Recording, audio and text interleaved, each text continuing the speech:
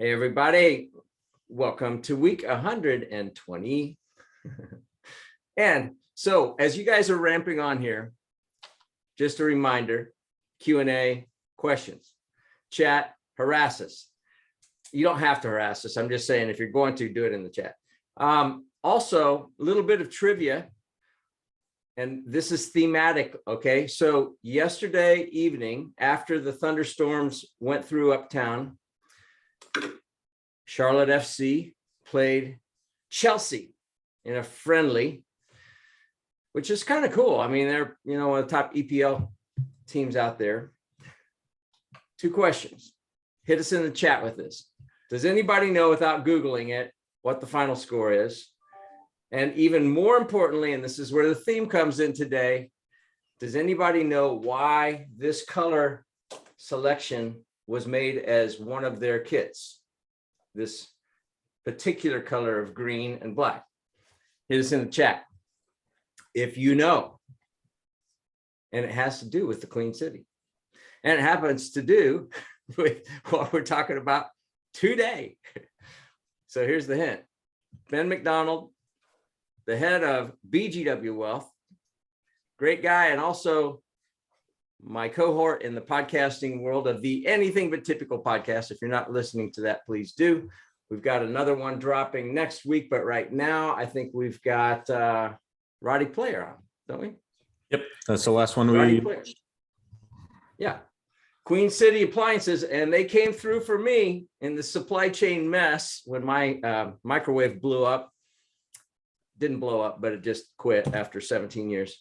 And Best Buy dropped the ball, and guess what? Queen City not only had this particular one that only fits in this very specific thing that our custom cabinets were built around, evidently, but it was $20 cheaper than at Best Buy. Queen City, love it. So anyway, also Jack Santaniello is not with us today.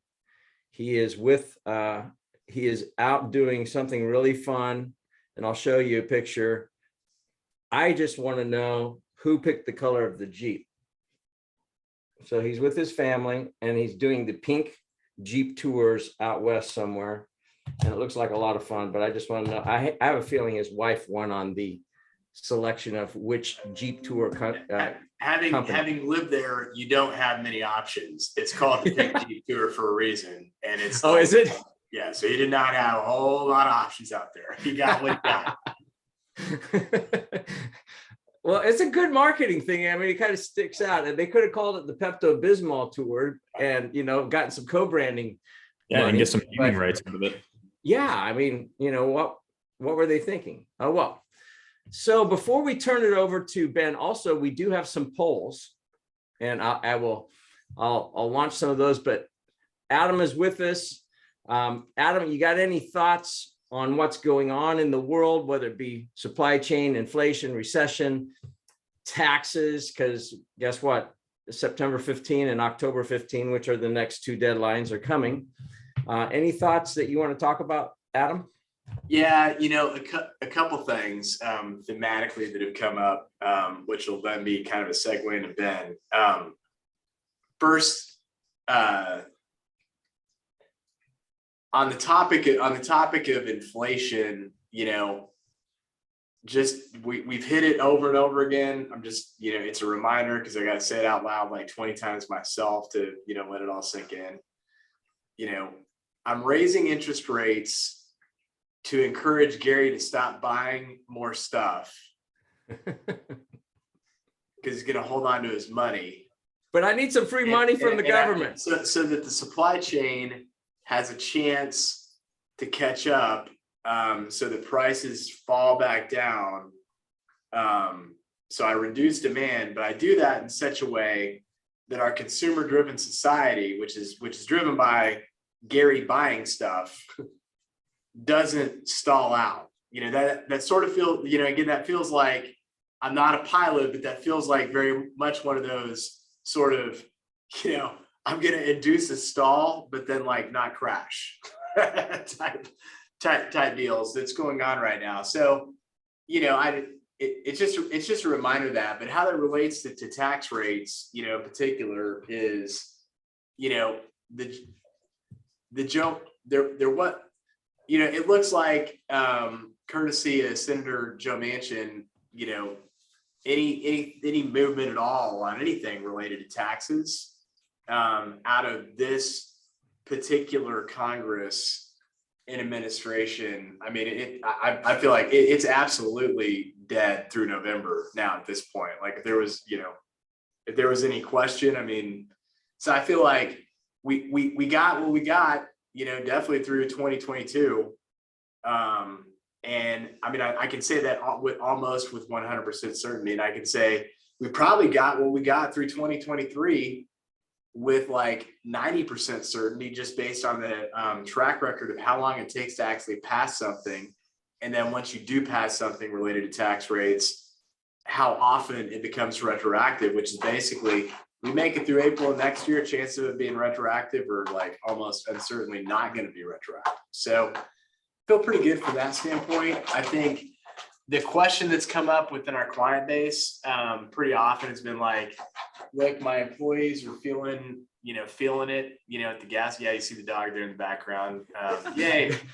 Chewy's doing pirouettes in the corner. Yeah, I'm on dog sitting duty again. I swear I didn't train her to do that. She's just a knucklehead.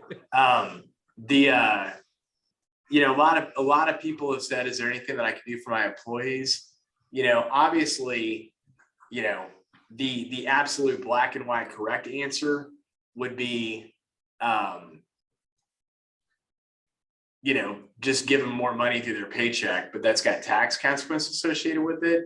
You know, the other thing you can do is like implement like a temporary auto reimbursement policy. You know, if you wanted to put it in place, but then take it away later, as long as people know that it's temporary. You know, the IRS mileage reimbursement rate just went up to reflect gas price differences, or maybe just say, look, you know, we're going to do an across the board auto reimbursement policy at $200 a month, you know, or something like that. So, you know, there's stuff, everybody gets a, you know, $200 Amazon card that's not reportable, you know, to offset it, but still a deduction for you as a company. So the answer to that is there are ways that you can still get a tax deduction without having it be taxable compensation to the employee. But the real things to remember is that if it's going to be like an auto reimbursement, then, you know, there's some documentation required. If it's not going to be an auto reimbursement, it's just going to be a gift. Remember, your cap is, depending on the style of gift that you're going to do, just remember that $1,000 number per employee. You don't want to trip that, otherwise it's becoming reportable.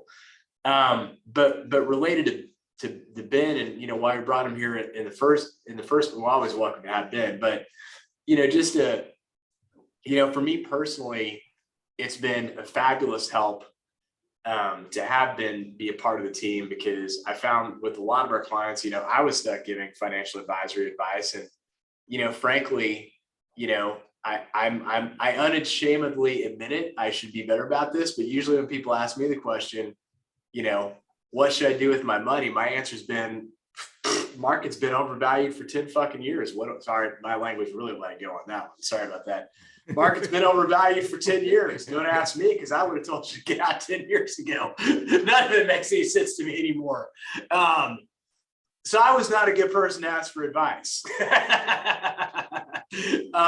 Because I was definitely a put it under the mattress while having a fundamental belief in the markets. I was a put it under the mattress type of guy, which is not the right answer.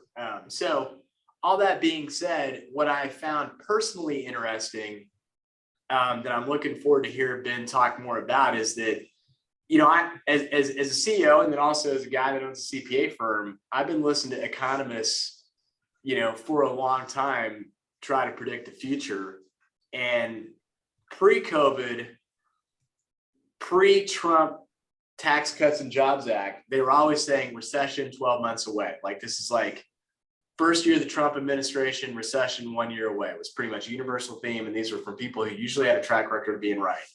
Tax Cuts and Jobs Act happened. They said, well, it temporarily delayed the recession. It's still coming. COVID happens. They went, I don't know, you know, So it's just a reminder that, the markets do have basic economic cycles that have always happened since there were markets, so can't go up forever. At the same time, it's been proven time and time again that market timing doesn't work, because if you would have listened to my advice, which is you should have gone to the mattress 10 years ago, you would have missed the best bull run that's ever happened in our lifetimes that, I'll probably not see again. So with that in mind, that's why Ben's here, is to make sure that people don't listen to my advice on things that I'm not the expert in.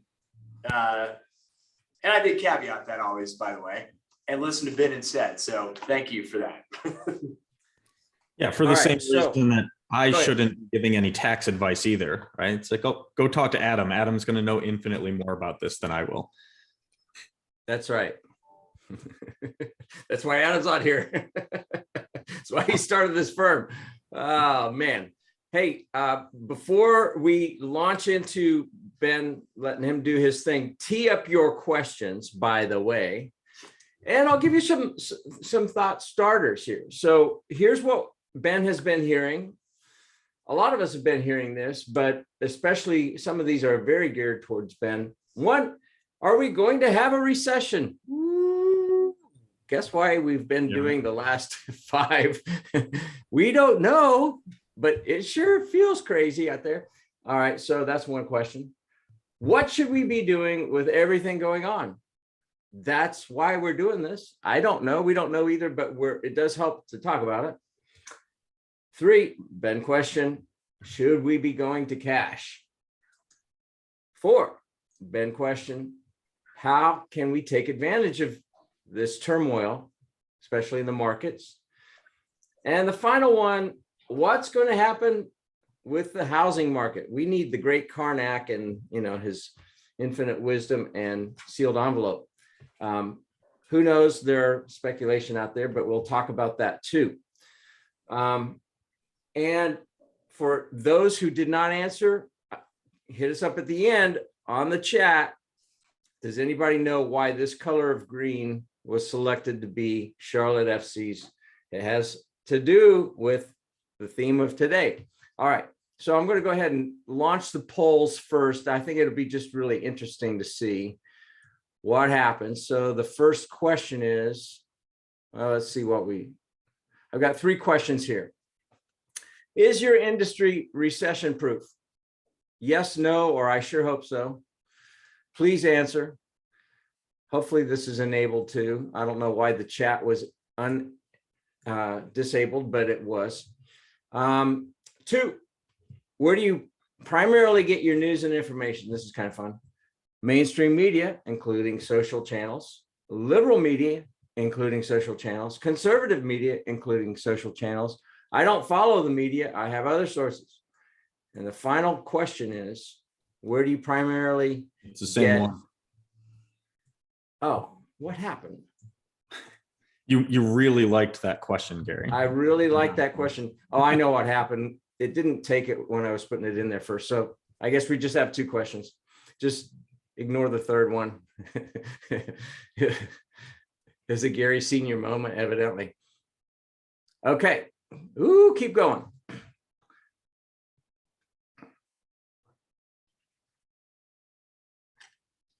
I am very interested in those who have recession-proof industries. I want to hear what those industries are. Hit us in the chat. If you answered yes, we got 4 more that have not answered. If you want to, go for it. If not, that's okay.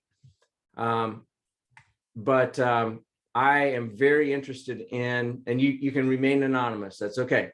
But if you have an industry or you're in an industry that's recession proof, I'd be very interested in hearing that. Mainstream media, a lot of people, conservative media. I don't follow the media. Excellent choice there. Okay, cool. All right, 15 seconds. And then I'm going to shut the poll. Anybody else that wants to hit that? Let's see what's happening on chat. Ah, yeah, that's good. Well, Robert Marietta, he said that BGW is recession proof. How were we affected at all in the 08, 09, and 10? Adam, I'm just curious. It's a good question. We're recession proof in the sense that everybody needs it, even though nobody wants to have to pay for it from a tax return perspective. So our impact was more around our clients' inability to pay, or us doing a fee reduction, or still having to do raises, but we couldn't really do a price increase associated with it. Or clients just went out of business. So, also, we didn't win a lot of, we still grew, but we didn't win a lot of new clients because, our primary thing is tax savings. But when you call up a guy like, hey, I can save you a lot of money on taxes, and the answer is taxes. I've got nothing but losses. I ain't gonna be paying no stinking taxes for a while. What else you got? Yeah. So.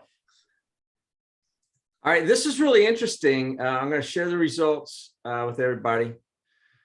So 4 of you answered that your recession proof, your industry is recession proof. It's just interesting to see where people get their information, and it's not a comment whether one's good or bad. I mean, quite frankly, but what we do listen to definitely impacts our bias. No ifs, ands, or buts about it. So the recession proof industries, a couple of them that have answered here. So one is cash machines. Very interesting. Joe. That makes sense. You got to go to the ATM, get cash. Stuff that supports the banking industry. That makes sense. Also, we had professional salon products. People still need to look good when the economy is slowing.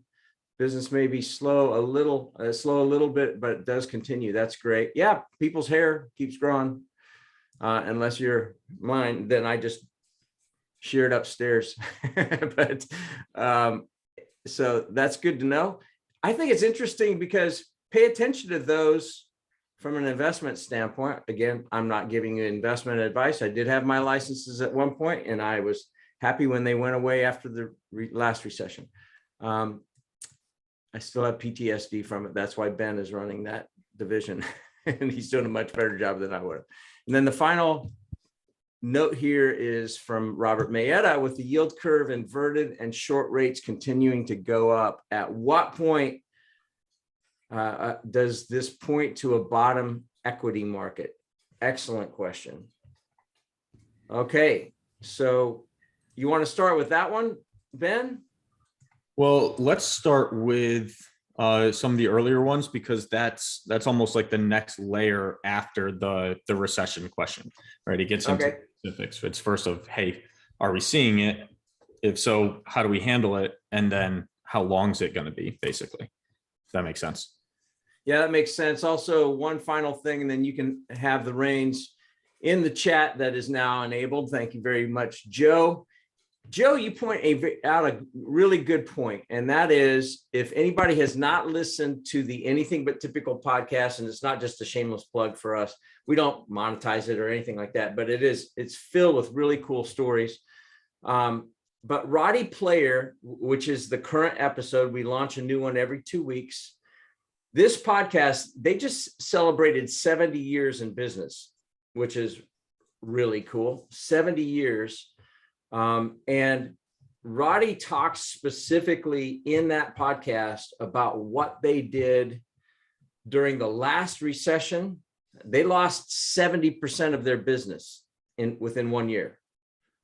Just a spoiler alert, but he talks about what they did there, but also what he has done in COVID. They learned from the last one and what they ended up doing in this one. I will leave that as a teaser for you, but there's some really nuggets of gold and wisdom in there. So, all right, I've talked enough. Ben, you take it. All right, sounds good. So I put down the questions that you said earlier. So we'll start with the really basic one of, are we going to have a recession? So again, that's the whole crystal ball thing, right? But at this point, most analysts, Wells Fargo just changed their analysis. Bank of America has already said it for a while. Most are saying that we're going to see a mild recession and that it's going to be announced in 2022. So the literal definition of a recession is a little bit more vague, but the general definition is when you see 2 consecutive quarters of negative GDP growth, right? A recessing growth in our economy. So if you just take that as like the general rule, we're probably already in it, right? Because it probably just hasn't been announced yet. Doesn't mean that that's going to dramatically change things. It's just all information is lagging. You look at Q1 and then a month and a half later is when everything gets announced. So there's a good chance that already in 2022, we've already seen that. And like I said, pretty much everybody is saying we're going to see at least a mild recession right now. There aren't a lot of people saying, a lot of analysts saying that it's going to be a severe recession. But at the same time, we're already seeing just for this year, the stock market down anywhere. I think S&P going into today was down 17, NASDAQ's down 24% for the year. We're seeing bonds down double digits as well, right? So we're already getting hit decently hard compared to what we've seen for the last 15 years in the market. But understand those are not directly connected. They're correlated for sure, but a recession happening or not happening doesn't directly dictate what's going to go on with investments and with the markets. And what we're going to talk about later is it affects different types of investments pretty differently. So when you say, what should we be doing with everything going on? This is where what you're doing from an investment standpoint becomes much more important than probably a few years ago. And the reason for that is I'm going to say true diversification. And what I mean by that is, in the past, what most advisors and most firms talk about when they talk about diversification is stocks versus bonds. And that's extremely basic. But people will say, oh, I've got a 80-20 portfolio where I've got 80% stocks and 20% bonds. Well, your 80% stocks could be all really large dividend paying companies, or they could be all very small emerging market companies. And those shouldn't be lumped together. And when you talk about bonds, well, bonds were for a while the safe haven, right? They were kind of the buoy in the portfolio because there was no inflation. Interest rates were really low. So you could go get a bond and pay a few percent, but you know it's not going to move, right? It's not going to drop 10% like it is this year, or 12 or whatever it's at now. So we need to start looking at, or we already should have, but people that are on here need to start looking at their portfolios of going layers deeper when we're talking about diversification. So let's start with stocks, and we'll start with just large companies here in the United States. When you look at growth companies or small companies, right? So growth, I mean Amazon, Netflix, Google, companies like that. And then you look at small companies, both of those, their value is based off of the future. So if we are in a really good economy, the future outlook looks great. So the stock prices of those companies go up much faster than anything else. So that's why we saw, probably from last year to maybe 5 or 6 years before that, those types of companies were the best performers. And it was because we were in a really good economy. Everybody's outlook was good. The sentiment of, are we going to have a recession in the near term, was extremely low. And so those companies grew really fast because the future outlook looked great. Well, this year we've seen the opposite of that, right? And I think I saw something the other day where like up to 89% of consumers in the US now believe that we're on the wrong track from our economy and that we're going to go into a recession. So almost everybody thinks we're there or going to be there. That means that companies like, and I'm using Amazon and Google as examples just because they're really large, well-known brands, but those types of growth companies, they're going to typically in this type of economy go down significantly more because now all of a sudden the outlook isn't as strong. On the flip side, you look at large companies And again, I'm going to use these as examples, not as recommendations, but companies like Microsoft, Coca-Cola, Verizon, Apple, those types of really large brand names that pay some sort of dividend, have a really healthy cash flow. They're increasing their dividends by more than what inflation is. When you have triggers like that, and they're in a great cash flow position, and they're not only relying on the future, they're actually making money and they're profitable now and giving it back to their owners through the dividends. Those companies don't fluctuate nearly as much in a recession or in a down economy. So when I say true diversification, that's one example of, you can't just say, I'm going to own large United States companies. You have to understand what type of companies you're owning. When you talk about fixed income, and I changed from saying bonds to fixed income for a reason here. When you say fixed income, you can't just own bonds, because when you own a bond, that's going to be negatively affected by inflation. So I'll give a real easy example. If you have one bond, Gary, let's say you own one bond that pays you 3% a year. I now want to go buy a bond, and the new bonds coming out are paying 5% a year. Well, why would I ever go buy your bond from you when I could just go get a new one that's paying 5%, right? Why would I ever take your 3%? That means the only way I'm going to buy yours is if you're giving me a discount on that, which means your bond price goes down. So as inflation is rising, as interest rates are rising, bonds are now being adversely affected and their value is going down. That 3% is still the 3%. You're still getting the same income, but if you ever try to sell it or trade it, you're not going to get as much as what you bought it for a couple of years ago. So I say fixed income because we can't just look solely at that one category of traditional bonds. We need to start mixing in things like inflation protected protection securities, or TIPS, where they're directly correlated with inflation. Their dividend goes up and their price goes up as inflation is going on, but it's still a debt product similar to the way that bonds work.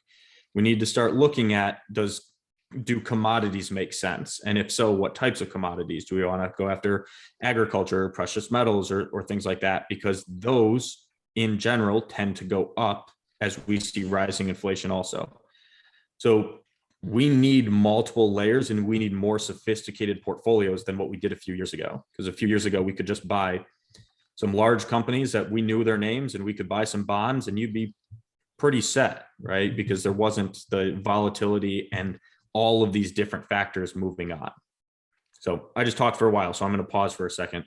Gary, any questions or things you want me to dig deeper on more from what I just word vomited? No, you did a great job of keeping it simple. You know, a lot of times financial advisors lose audiences, even sophisticated audiences, because there's a lot of gobbledygook.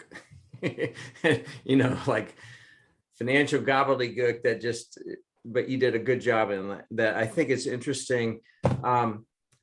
Here would be an interesting thing, and this is not meant to be a, you know, a lightning rod, but it's something I think about a lot, because when I was representing Sherwin-Williams, Martha Stewart went to jail for insider trading.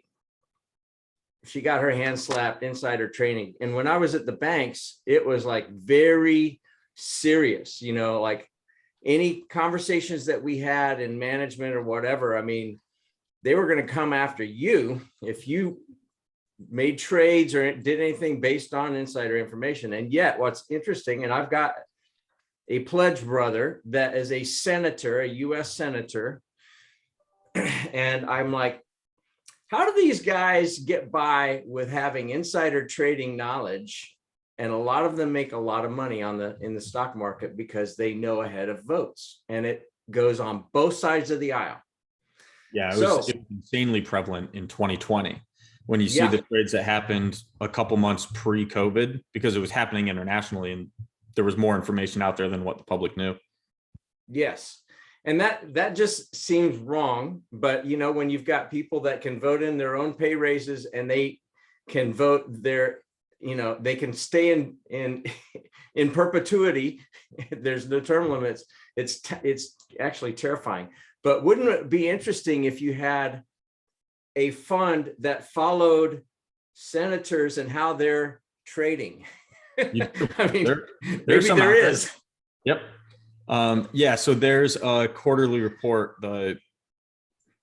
Yeah, Joe, we'll sell you some BGW stock. Is BGW stock available? It's very, very expensive. You think Berkshire Hathaway was expensive? You have no idea. But yeah, so there's a filing that happens every quarter called the 13F filing. And that's public. People can find that information. So anybody that's an institutional investment manager or a certain level accredited investor, public servants at certain levels too. I can't remember exactly how low that goes, but they legally are obligated to put out what trades they did for the quarter prior, right? And that's all public information. So yeah, there are definitely traders that go and follow that. But before everybody goes and runs and starts searching for 13Fs, understand that that's lagging. So right. The best example that I just saw a week or two ago on it was Ray Dalio's fund. What's the name of it? I'm drawing a blank right now. I don't remember. I'll find it. Hold on. It is Bridgewater. Thanks. There you go. Bridgewater Associates. If you look at their past either 2 or 3 years and you just followed the 13F filings, you only made like 1.5% a year, but they did significantly better than that. And it's because you're getting information after the fact. They could have bought and sold. They could have been doing strategies like hedging or shorting or things like that an average investor doesn't have access to. So don't just blindly follow those 13F filings or some representative that you've heard does really well in the past. That's all. So I just wanted to put that caveat out there. Yeah. What I got alerted, hey, Paul Pelosi just dumped a bunch of stock, $5 million worth or whatever. He's going to go and buy NVIDIA prior to the Senate's vote on the CHIPS bill, which the CHIPS bill sounds great. Let's diversify. Let's bring chip manufacturing to the United States. I'm all for that. But there's a vote that happened at the Senate yesterday. It went 64-35 for it. And again, I think it should be for it. The question is why would members of Congress and their spouses have access to that? That just seems a little fishy, but it's beyond my pay grade and not a whole heck of a lot I can do about it. But it's interesting.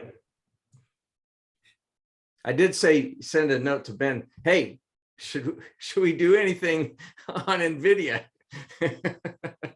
Yep. And that's actually one of the stocks we've already got in our growth portfolio. But yeah, you had sent that message, I think, when you saw it over the weekend. Yeah, that's right. So that's right. One of the things that I think is really interesting right now that people have gotten into dramatically more since 2008 is real estate, housing markets, all that type of stuff being affected. But the amount of average investors that now own multiple real estate properties in addition to their primary house is at, I believe it's at an all-time high. So real estate as an actual investment, hard real estate, not just REITs, is more common than ever. So I wanted to make sure that we hit on what that all looks like. And so I got some of the stats before it. So first off, 30-year fixed mortgages right now are over 5.5%. I think it's 5.54% is the average. And because of that, the purchase and refinancing going on right now is the lowest it's been in 22 years. So we're seeing a dramatic slowdown in demand on the purchasing side of real estate. So like, for example, I've got some clients where they have a property. They've talked about the idea of downsizing their house because people are out or kids are out of the house, but they don't know when to sell. And so they like the idea of selling now because it's still near a high, but at the same time, they don't want to turn around and then buy a house because it's more expensive to buy than it was.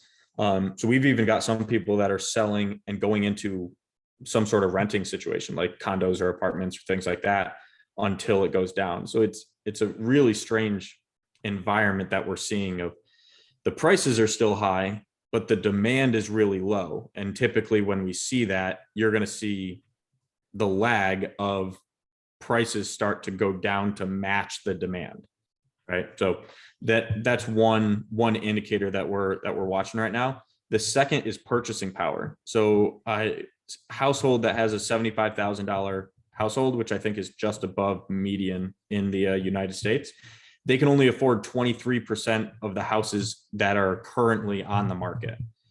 And so purchasing power is significantly less. A $400,000 house, if you looked at buying a $400,000 house back in January of 21, and then you look at that same house today, it would cost you 106% more. And it's only been a year and a half. So because of those reasons, what we're seeing is a likelihood that we see housing market slow down. Now we're talking US numbers, right? Charlotte gets propped up a little bit because it's one of the fastest growing areas in the country. But throughout the country, we're seeing significantly less demand than we've seen in a very long time, in 22 years. And we're seeing prices and purchasing power or prices significantly higher and purchasing power significantly lower than ever before. So I wanted to make sure we hit on that too, because that's much more relevant than people just owning stocks and bonds the way that they may have 15 years ago. Yep, good. So what were some of the other ones, Gary, that you wanted me to hit on? I'm looking through. Let's hit Robert Mayo's question about the yield curve. Yeah, Being that's right. inverted and short rates continuing to go up. At what point does this point to a bottom equity market? Great question. Yeah, really good question. And the tough answer is we don't know, right? That's the actual answer. Because it's how long does the yield curve stay inverted, which has a lot to do with how long we see inflation continue to rise, or do we see it settle back down to a much more manageable number, right? So that's one factor. The other, which isn't being talked about a lot, is as we're seeing stock prices get lower, even if we're in a recession, if bonds are losing double digits as well, people aren't interested in investing. They are investing in bonds because they're just not getting nearly as much for it. And they're not as safe as what people thought they were because of what we saw for so long with low inflation, low interest rates. So that's a really hard, or like a non-answer. Sorry, Robert, but essentially we need to see how long that continues to see the inverted yield and how do people react to it. So my thought is it's going to point more towards, as far as the bottom of the stock market, it's probably going to be pointed more towards or correlated more towards the economy than it is just the inverted yield. And you're also going to see the bottoms hit differently for large companies, small companies, US versus international, large or growth versus value. You're going to see bottoms almost tiered, where some of them are hitting bottoms significantly earlier. They start their recovery before maybe a micro growth company is going to, right? That's going to have a tier a few months later. And so you're going to see that tiered out typically, is what that would look like. But because we don't know that answer, and anybody that says they do is just making things up, right? Run. Yeah, exactly. They're a TikTok influencer. There you go. You'll get there, Gary. You'll start being a TikTok influencer. Yeah. But yeah, so we don't know when the bottom's going to come. Anybody that says they do is lying to you. And so instead, the way that we need to be reacting to it is we need to be setting ourselves up for the current environment and getting as close to risk parity as possible. Meaning, how are we handling when the economy is growing versus when the economy is slowing? How are we reacting when inflation is rising versus inflation is slowing down, right? And think of that almost like a quadrant of those different dynamics. And if you can solve for each of them, your downside protection is going to be significantly better than if you just go with what I'll call a traditional model of like just large or just stocks versus bonds. So get as close to risk parity as possible, because we don't know what's coming next. We can tell you the current environment, we can tell you our projections. And so we're teeing ourselves up for that. But yeah, the actual answer is you need to be set up for multiple potential scenarios, because there are so many factors at play right now, probably more so than ever since 2008. So I love your quadrant idea. Restate it and if anybody has a pen and paper, write it down. So let's start with lower left quadrant. Okay. Yeah. And I wish I could do a whiteboard on here. Or maybe I can. Let me see if That's okay. I'll just talk through it really quickly. So, okay, let's say on the left side, you have high inflation or slowing inflation, or growing inflation or slowing inflation. And then up on top, the two things that you have is economy is growing or economy is slowing. So that means the mix can be the economy can be growing and you could have high inflation, or economy can be growing and you have low inflation. Economy can be slowing and you have high inflation. That's what we're currently in. Or economy could be slowing and you have low inflation. So based off of all of those, you're going to have different investments that do better. So that's what I meant by that. Okay, cool. I like it. Yep. So left grid, inflation, high, upper left, low, lower left, growing, right, lower right, slowing, lower left. Oh, there you go. Look at you, man. We can get it figured out. I like it. So I can keep talking as I'm doing this, but just to let people see. The other thing, Okay, well, yeah. the other thing that we didn't hit on a ton, I was talking about different types of like large companies, right? And I'm saying things that are US based. But one of the pieces that I can't remember if we talked about last time I was on here was the US versus international. So something that very few people know is if you look at the companies in the S&P 500, 40% of their revenue comes from outside the United States. And what's happening is if you go get a just traditional investment portfolio, that's not being factored in. So you're getting 40% exposure to the revenue if you own large US companies, essentially, right? If we say S&P 500, plus then advisors are going out and they're buying 20-25% international companies, and you end up double dipping internationally because most people are only looking at where the company is located, not where they're doing business. So that's something that I would say be concerned about, because a lot of research analysts are saying that international will get hit harder than United States during all of this. And if that's the case, and you're double dipping internationally, you're probably going to see a lower performance return. Does that make sense? Yeah. So that was the only thing. I couldn't remember if we mentioned that last time, so I wanted to put that on here. Yep. There, this is a very sloppy version of what I was talking about. Does that help? So we are currently right here. That was a terrible X, but we are currently right there. But okay, gotcha. Okay, that helps. Right. But based off of all of these, we're going to see different things do well. Right. So when we see a slowing economy and rising inflation, I mentioned TIPS earlier, the Treasury inflation protected securities, they're going up in this time. When we see low inflation and a growing economy, you're going to see bonds do really well in either of these. Bonds do great over in this one, low inflation and slowing economy. When you see growing economy and rising inflation, right, you're going to get different mix of investments. So that's all I meant is make sure you're talking, whoever you're working with to do the portfolio, make sure you're factoring in not only where we are today, but also where could we be going to get as close to that risk parity as possible. Very good. Yep. All right, stop sharing that, and I'm going to launch another poll. All right. Let me see if I can stop sharing it. Any idea how I stopped sharing it? No. Let's see. Having just done this yesterday for the first time, I think you just close it, Ben. I just close what? The whiteboard. I know that's what I'm trying to do. Sorry, Gary, keep talking. I'll figure it out. All right, cool. Let's see. I don't see a place Let's to close move. it, Adam. All right.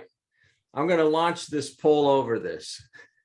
While he's Sorry, figuring guys. that out. You know, we have learned a lot in the last 2.5 years on this whole, COVID 2 weeks to slow the curve. Yes, it is our 120th week. And I know I mentioned it at the front, but it still kind of blows my mind.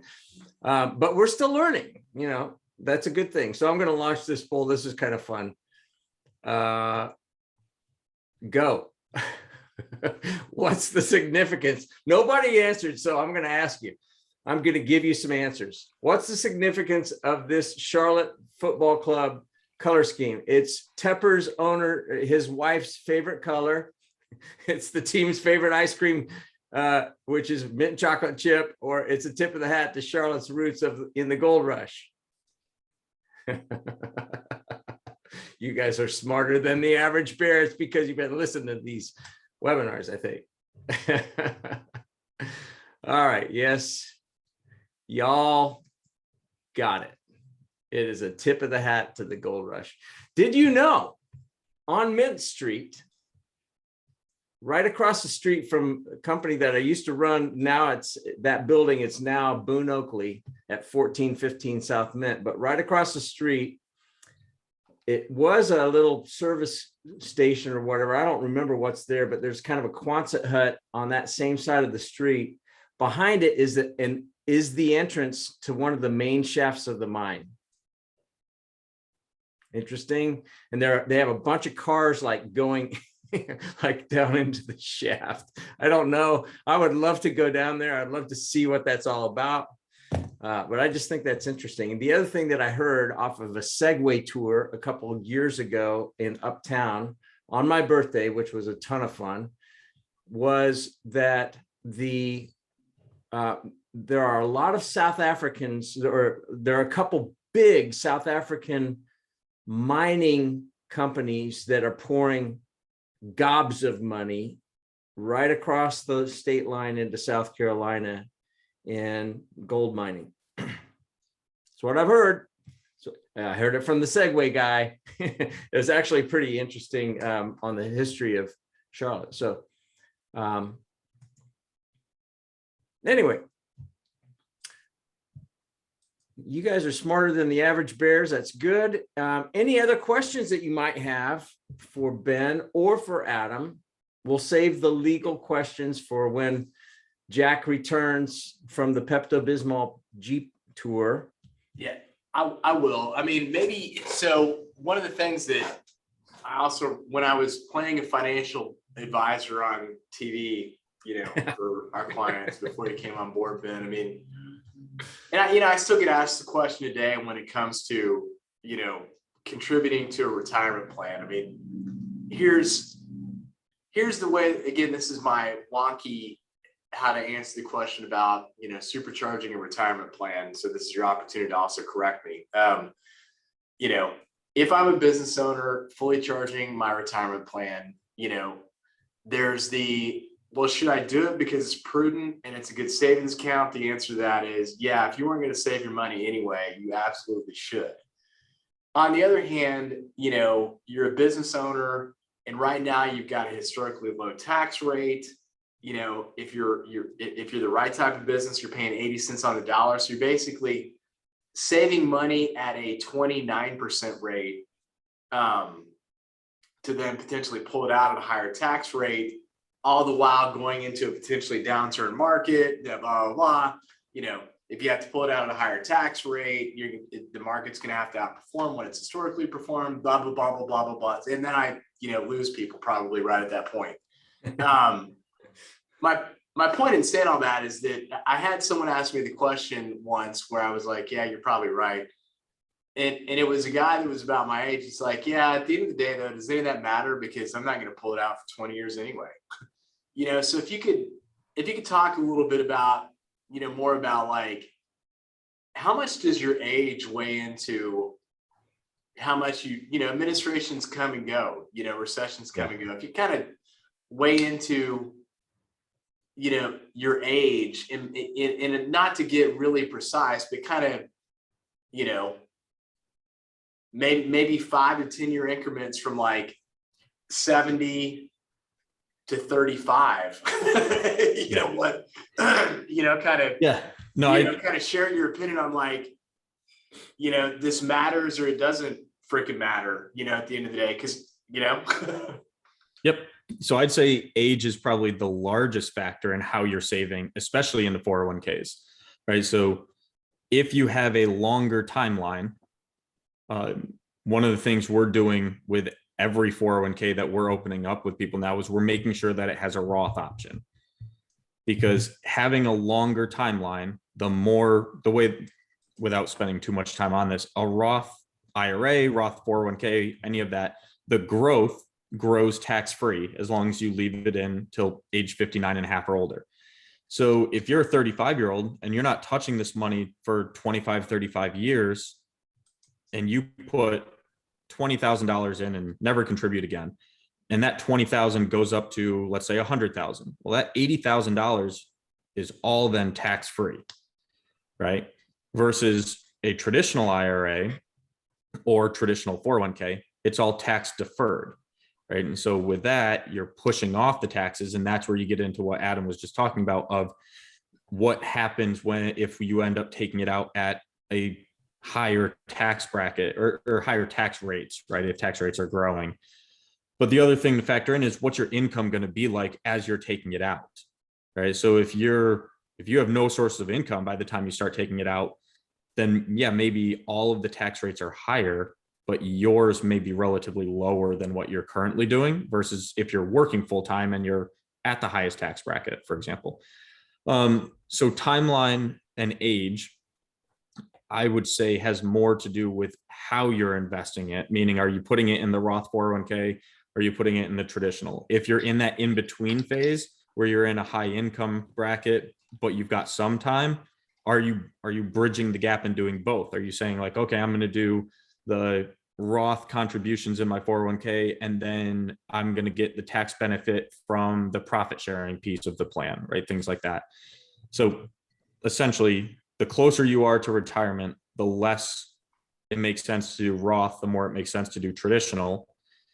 And reverse of that also would be, it may not even make a lot of sense for if you're 5 years out to put it all into a 401k. Maybe you want to save some of it in a brokerage account. You pay the taxes now, and then you just have to worry about capital gains in the future, right? So there's that piece too. The closer you are, that becomes more relevant. Does that answer your question, Adam? Yeah, I think it does. So here's another question for you, Ben. Crypto. Yep. Lots of crazy stuff happening in crypto. Lots of people, TikTok influencers, actually know one young guy. A crypto TikTok influencer? Well, he was an influencer before that. And so he would, okay. Be shirtless and with his girlfriend and all that kind of stuff. And like, he literally makes over $1 million a year on freaking TikTok. Just blows my mind. But then he got really big into crypto, and he's living lifestyles of the rich and famous, at least it looks that way. But there's been this massive shift. I just saw a news thing hit yesterday where Elon moved all of their digital assets, or 75%, I think. They sold 75. Yeah, they sold 75% of their Bitcoin. Tesla did. Oh, they sold their 75% of their Bitcoin. So can you talk to us again, people? This is not investment advice, blah, blah, blah. Disclaimer. But just give us some thoughts and observations in this really weird world. Yeah. And I don't even think I told you this, Gary. Yesterday, I completed the certified digital asset advisor course. It was a 6-week course and then take a test at the end and all that. So I actually got certified in being able to manage cryptocurrency, digital assets, things like that. And it finished yesterday. So Oh, cool. now I've got a Congratulations. certification to go with whatever I say next. You could So- be, you can't be an influencer on TikTok because certifications, they cannot have anything of any credibility. Correct.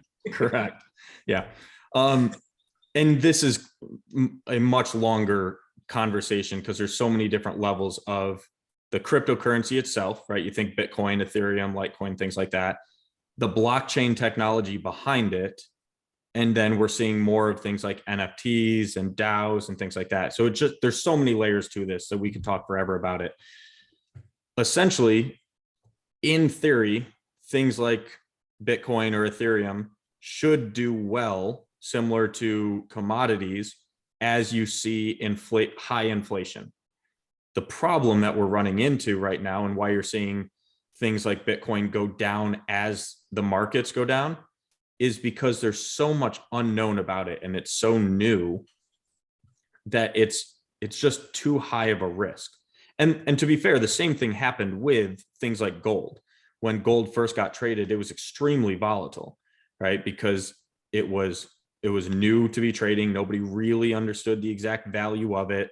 And so you'd see massive price swings. And that's what we're seeing now. So in theory, things like cryptocurrency should do well as we see rising inflation and as we see an economy slowing, because you get the pieces of it's decentralized, it's not it's the technology behind it is significantly more secure than our current financing and banking systems, where it can't be hacked. People can't steal the same way that people steal or hack into our current systems.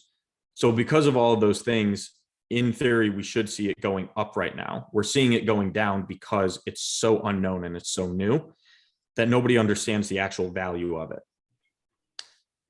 So we're using it almost like you have to check the other boxes first. Do you have a truly diversified portfolio? Are you in a risk parity standpoint? Do you have multiple forms of income? Do you have a healthy cash flow for yourself as an individual or for a company? And then if you do, does it make sense if you want to be higher risk and long-term to own 3 to 5% of your portfolio being in crypto? Then it becomes a conversation. The problem is people are trying to get into it when they don't even have a fully fleshed out portfolio yet, right? They just want to gamble. And at that point, that's what it is, because we have no idea what's going to happen with the crypto pricing in the short term because it's so unknown. The technology behind it will be around, right? Whether Bitcoin's around or Ethereum's around or whatever, that's a longer conversation. The technology behind it, the blockchain technology, in some format, we will all be using that.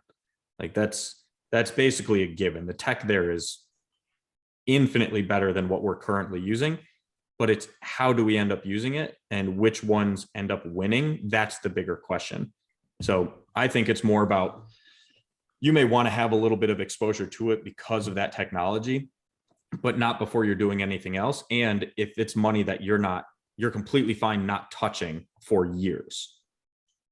So good question. We got some good questions in the chat as well as in Q&A here. So dovetailing into this crypto thing, this is a really interesting question, Joe. Yeah. Will companies need to accept digital payments going forward? How do you do that? Eventually the answer will probably be yes. But right now we'll use Bitcoin because people know Bitcoin. Bitcoin 6 months ago, let's say I'll try and make it even more simple. Let's say 6 months ago, 1 Bitcoin could buy you a car, right? Or let's say it could buy you 5 cars. 1 Bitcoin could buy you 5 cars. Today, that same Bitcoin could only buy you 1 car, right? Because it's down so much. So when you use it as currency and it changes from day to day, like if you go to buy a hot dog and it takes you 1 Bitcoin to buy a hot dog, and the next day that same Bitcoin could buy you 4 hot dogs, you can't use that as currency because it's so volatile from day to day. and currency needs to be more stable. So eventually, yeah, we'll accept, I'm saying we as in like just businesses in the United States will accept digital currency as people being able to pay for products or services. We're not there yet because it's too volatile from just the day-to-day movement of it. You can't use it as a currency. Yeah, and I'll weigh in on that. I mean, the number, like we've got a handful of clients that do business internationally and, have to accept payments in international denominations and invoice denominations. And those are relatively stable markets. Yeah. All of them, none of them ever bought a hedging product that worked, because, you invoice, for a dollar, currency fluctuates, and then you lost money when you finally get paid, and then you lost money again, by the time that you actually translate it back to a dollar. And, the hedge is supposed to protect you from all that, and it never freaking works out in your favor. And that's with stuff that doesn't fluctuate very much. Like the number of clients that we have that do business internationally that are happy with invoicing and receiving payments in foreign denominations is zero. So given they'll always pick dollars if given the option. In addition to that, it's like the number of clients Ben's probably had that have made money in foreign exchange trading is probably zero. Right? Because it's so, so I kind of, that's one where I will pile in on as kind of a subject matter expert, having watched people have to deal with foreign currency, because it's the equivalent problem of a foreign currency. Right. Just multiplied by 10,000 because it's so much more volatile. Yeah. Yeah. So they're like, in other words, if you plan on paying your bill in Bitcoin or BGW, I would tell you there's no chance that's happening anytime. Yeah. I don't know if any of you have seen what some professional athletes have done, but they've actually done their contracts to be paid in Bitcoin instead, which was them doing a bet on, hey, Bitcoin's going to rise in value. Well, the way they did the contract was back whenever they signed it, it was $1 equals X amount of Bitcoin. Well, they've lost, their contracts are now worth like 70% of what, or no, it's like worth 30% of what it was when they signed it. So they've lost millions and millions of dollars because they had agreed to a contract at a certain time, and it was the exchange of US dollar versus Bitcoin.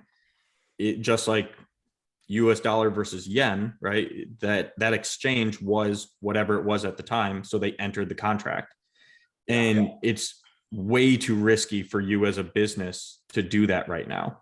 Right. Yeah, Man, we've got two more really good questions, but we're already past. So I'm almost thinking we need to do an encore because there's a lot of stuff here. So I'll address them real quick, and I don't know if we have time to answer them, but first question is Roth account. What age do you consider older? Well, I'm 60, and I'm definitely not in the older category. I was going to say that question could get me in trouble, right? Yeah. Yeah, it's less about age and more about timeline. This is a really easy one for me to answer than anything, but you with where our tax brackets are, if you just take an average individual or average household, I believe the break even from Roth versus traditional is like 7 or 8 years of a timeline, where it makes more sense to do a Roth than it does to do a traditional. And those are on estimated figures and all that, of course, right? But it's somewhere about that. If you have a timeline longer than 7 or 8 years, it starts to flip towards being more beneficial to do a Roth. Yeah. No, Joe, you are not older than dirt. Adam, what were you going to say? Did you have something else? I was going to chime in on the second chat after Gary reads it. Yeah. Oh, okay. So the next one, Bruce, we're not going to make you wait. We see the forecast that due to inflation, COL for Social Security payments are going to be very large compared to prior years. It looks like it'll be expedited. It will expedite the forecast on the health of Social Security. Should we expect the next Congress to take this seriously in 2023? That's a loaded question. We should have expected the last 10 Congresses to take this. Exactly. So I'll share my opinion on this one, which is, first off, I totally so COL stands for cost of living, meaning they're making a cost of living increase in Social Security, which means that the number of payments going out is going to be greater. You know, they're going to have to update when is it going to become insolvent. All true. At the same time, Bruce, you know, while I'm not happy about it as an employer, one thing to consider is that part of what's driven wage inflation has been wage inflation. You know, what's a funder of Social Security? Wages. So, you know, I'd suspect that when they shake out all the math in terms of the raises that people have received, that's more money coming in than would normally have come into Social Security to help offset some of that. But, you know, generally speaking, you know, I feel like this is going to be one of those, you know, when you hear Republicans being mad about entitlement benefits, it actually is not Social Security they're mad about. It's Medicare and Medicaid. And even then within Medicare and Medicaid, they're not mad about the disabled. They're mad about low income and long-term unemployable. So I feel like that on the Social Security side, this is probably going to be one of those fixes where, you know, shot fired and we're all, you know, shots not fired and we're all patting ourselves on the back, giving us a gold medal. And here's how the politicians will sell us. Well, you know, so take Gary as an example. You know, love Gary. Gary, I'm about to compliment you and then also tell you about how you're about to get screwed. All right, thank you. In recognition of the conversion of our economy, this is sort of the Paul Ryan plan, by the way. You know, in recognition of the conversion of our economy, you know, into more of a knowledge worker society. So pat on the back to the educational system in the United States and all the funding increases for our beloved teachers, you know, that we've had out there, pat on the back again. You know, we've just realized that, you know, when we first implemented Social Security and set the retirement age, you know, where we set it, it was really an acknowledgement, you know, that people were living really hard, you know, lives and, you know, weren't able to work as long as they want. But at the same time, you know, we recognize that the birth rate in the US has declined a little bit, you know, and people still are healthy and productive, given that the average age of Congress is freaking 65 or whatever it is. Well past 65, you know, going to the 70s. Thus, we feel that it's prudent that for everybody that's, you know, 60 or below, the new deferral retirement age that you can defer your retirement benefit until is now 70 and a half, so that it's aligned, you know, back with everything else, you know, or they'll raise like the RMD from 70 and a half up, you know, and then align Social Security with that. And also, you know, we're going to give you a tax cut over here, but by the way, we're going to raise the payroll tax rate by 1/4 point. Like all those things solve all insolvency for Social Security. You know, raising the retirement age a little bit, raising the payroll tax rate a little bit, you know, all fixes the insolvency problem on Social Security completely, you know, for a long time. I feel like that's what's going to happen is they're going to decouple the discussion to what it really is, which is, you know, one side entitlement is not retirement and disability. It's specifically, you know, long-term unemployed, unable to afford healthcare people that, you know, could they get a job or not? That's not for us to answer on the call, but, you know, that's really the issue that they'll leave on the table and carve it out is what I think will happen, you know, with all that. Tirade complete, mic dropped. That's really good. I actually like the 70 and a half because I have no plan on retiring. Lord willing, I'm having too much fun. Well, no, I know it. I mean, you know, not that I'm looking for reasons to emulate France, you know, and they've got their own hot mess, but I mean, that's part of, you know, France tried to implement an extremely logical approach to its own entitlement system, which is, you know, way more generous than what we have here, which is basically your retirement age is driven by the labor intensity associated with your work. So it was an acknowledgement that, you know, if Gary's job is as a ditch digger, that is more physically taxing and your body's more worn out at 65 than if Gary was a college professor. Yeah. You know, all else being equal. So it, you know, it makes sense to me. Whether they do anything with it or not is a different story. But all the talk about how Social Security, you know, it's not going to be here for us. You know, at my age, I'm about to be 49. It's like, so, you know, there will be an insurrection if that happens, because Ben and I are going to be freaking pissed that we've been funding this. Like, you cannot, the reason that I believe there'll all be something is because you cannot take my tax money that was designed to pay me a benefit and then not pay me the benefit. Like, there will be an insurrection if that happens. That's why if you look at the federal budget, you know, tax receipts from Social Security are actually pretty damn close to tax receipts paid out for Social Security. So you can't keep on taking the tax money in and then stop paying the benefit out. Yep, that's right. Or then Ben and I will be marching in Washington. Yeah, that's right. Adam and I will lead the way. That's right. And they probably will not be opening the door for you to go in. Right. Probably not. Yeah. So yes, Joe, you're right. There is a difference between retiring and taking your Social Security money. I agree, but I don't want to take it yet. But I want to hopefully let it grow. Thank you, man. This was fun. This was a good discussion.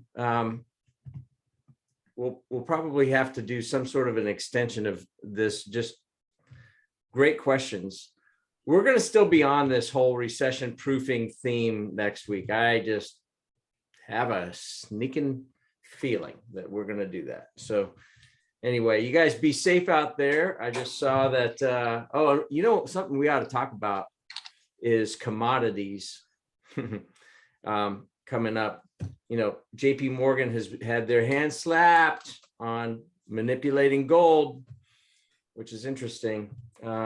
Again, they just paid $920 million 2 years ago, and they're back in the news again for it. Not to disparage JP Morgan, but it's like, it's interesting. You know, these big players do have an impact on moves. Yeah. No doubt about it. And so what do we do about that? Because we're little fish in the sea. So another thing to think about. Everybody, thank you for joining us. We will put this up on the BGW CPA YouTube channel. And glad to see that Charlotte FC tied Chelsea last night. I didn't get to see it. They didn't air it.